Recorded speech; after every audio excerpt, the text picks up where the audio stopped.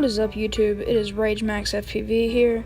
And anyways, guys, today I'm going to be doing a review on the RocketCityFPV Focus 220 V2.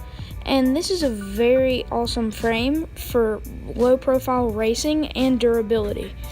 So I just want to tell you why I like this frame so much. It's because of it being low profile.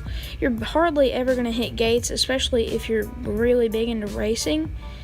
And also, it's very good for just all around. So without further ado, let's get into the motors. So these motors are Emax Anniversary Edition 2400 kV, and they are actually a 2306 size bell. Here, let me get that to focus for you. There you go, 2306 size bell. And I really like these motors, and they're very well trusted. I run them on almost all my drone setups. And yeah, so now let's get into the ESCs. So the ESCs are DYS 30 amp ESCs, and I really trust them because they don't ever go out. I haven't had one go out yet. And these are the RocketCityFPV 3D printed ESC covers, and they're very good for racing because they are more lightweight than electrical tape and props, and you just use 2 zip ties, which are hardly ever going to break, and they protect it very well. So now let's get into the antenna. So this antenna is a custom-made RocketCityFPV-Pagoda 2, and it's very awesome for video. Like, I barely ever have video problems. Here, let's get that to focus. There you go. And I'm sorry that's upside down.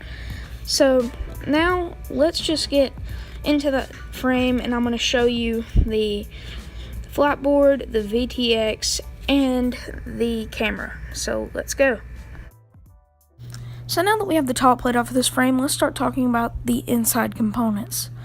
So we're going to start with the Foxeer camera. It works very well, and I never have any problems as far as video goes, and I really like this camera because it's cheap and, you know, it's very durable for racing, because that's what this frame is about in my opinion, but I also do freestyle with it. And now we are going to be talking about the camera mount. This is a RocketCityFPV camera mount.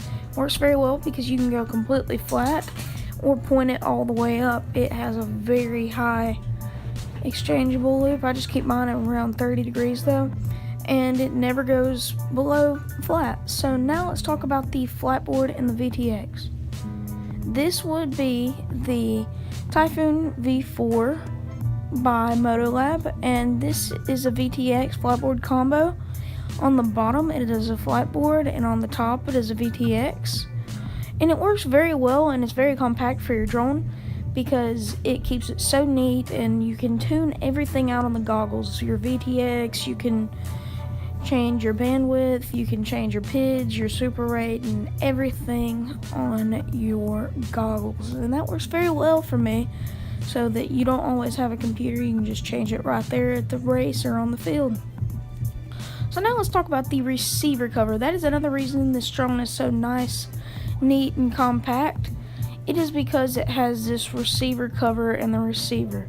So it's right up underneath your battery tray, which is also 3D printed by RocketCityFPV. Then it's a very hard material. It's never going to break, and it's 3D printed by RocketCityFPV as well. So up underneath here we have a Taranis Plus receiver micro.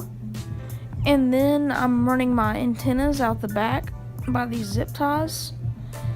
And it works very well, and it's compact.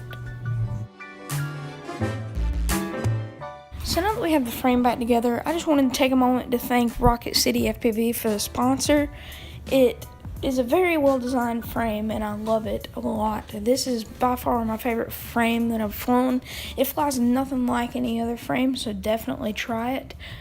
And this frame is very good for anywhere to advanced pilots or beginners, and it works very well, and it's very durable as well. So without further ado, I'm going to give you some flying footage of it, so let's get into that. Thanks for watching, and I'll see y'all next one. Peace.